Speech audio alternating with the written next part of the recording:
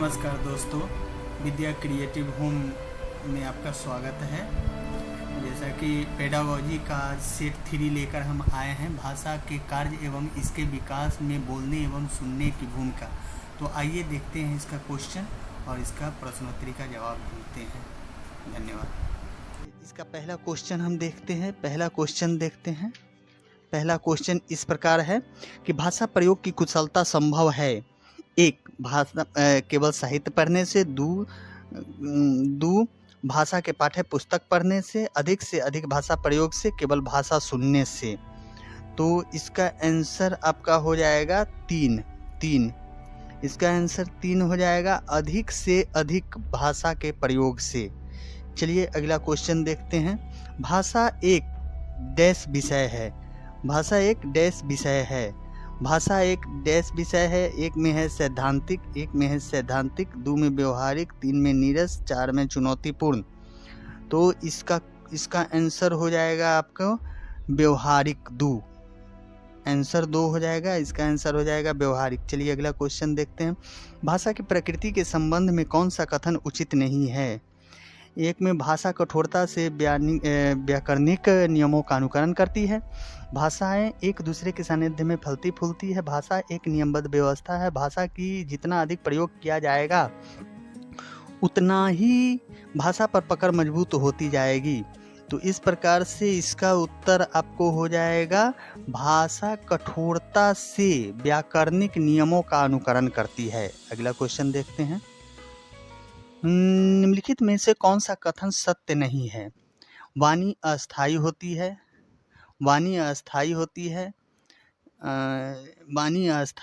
है और लिखित भाषा की तुलना में काफ़ी तेजी से बदलती रहती है। भाषा और लिपि के बीच संबंध नहीं होता है। विश्व की सभी भाषाएं थोड़ी सी फेरबदल एक ही लिपि में नहीं देखी जा सकती हैं।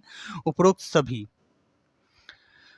तो इसमें आपका इसका उत्तर हो जाएगा, विश्व की सभी भाषाएं थोड़े से फेरबदल से एक ही लिपि में नहीं लिखी जा सकती।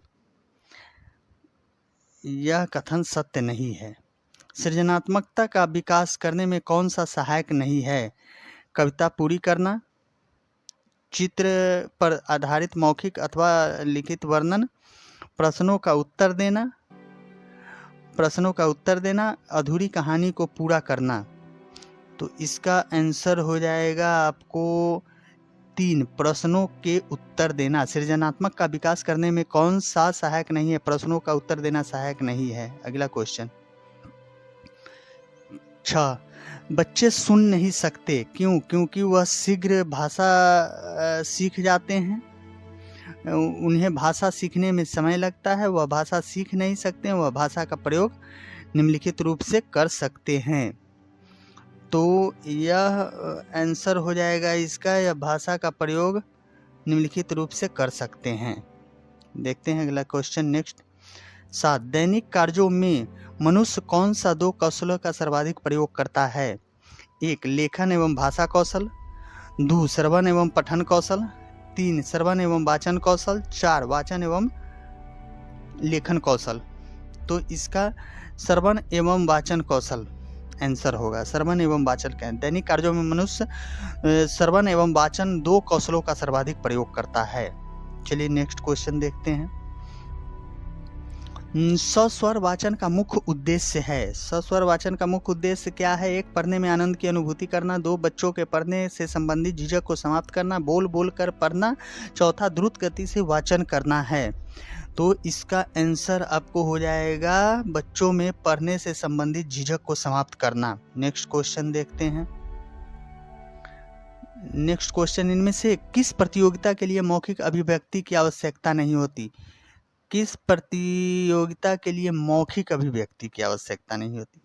वाद विवाद, भाषण, अंतराक्षरी, कविता लेखन। तो इसमें आपको इनमें से निम्नलिखित प्रतियोगिता के लिए मौखिक अभिव्यक्ति की आवश्यकता नहीं होती। तो मौखिक अभिव्यक्ति की आवश्यकता जो है वह कविता लेखन के लिए नहीं होती। इसका आंसर कविता लेखन हो जाएगा। नेक्स्ट क्वेश्चन यह हो जाएगा आपको, सुनना कौशल में शामिल है। एक दूसरे की बात सुनने में रुचि, धैर्य की प्रक्रिया सुनना कौशल में शामिल है। सुनना कौशल में शामिल है। दूसरों की बात सुनने की रुचि में प्रक्रिया, प्रश्नों को ध्यानपूर्वक सुनने की क्षमता का विकास, शांतिपूर्वक सुनना, सुने हुए शब्दों की केवल पुनरावृत्ति करना। तो यह क्वेश्चन, यह इसका आंसर हो जाएगा आपका प्रश्नों को ध्यानपूर्वक सुनने की क्षमता का विकास करना। चलिए नेक्स्ट क्वेश्चन देखते हैं। सुनना बोलना कौशल के विकास के लिए सर्वोत्तम विधि कौन सी हो सकती है? सुनना बोलना कौशलों के विकास के लिए सर्वोत्तम विधि कौन सी हो सकती है? एक, कहानी कहना और उस पर बच्चों की प्रक्रिया जानना, कविता याद करवाकर बुलवाना, कक्षा में कुछ बच्चों द्वारा कविता में कुछ बच्चों द्वारा पाठ्य के अनुच्छेद पढ़कर सुनाना, अंतराक्षरी गतिविधि का आयोजन करना। तो इसका एक हो जाएगा कहानी कहना और उस पर बच्चों की प्रतिक्रिया जानना। नेक्स्ट देखते हैं। यह हो जाएगा विकास ने अपने क्षेत्र में आयोजित रंगारंग कार्यक्रम के विषय में अपने मित्रों को सुनाया। वह इस स्थिति में वह किस कौशल का प्रयोग कर रहा है? भाषण कौशल, लेखन कौशल, वाचन कौशल और श्रवण कौशल। तो यह हो जाएगा आपको वाचन कौशल का आंसर, इसका 3 हो जाएगा वाचन कौशल। 13 का ध्वनियों के विभेदीकरण में सहायक है क्या? एक, श्रवण कौशल, भाषण, वाद विवाद करना और वाचन कौशल।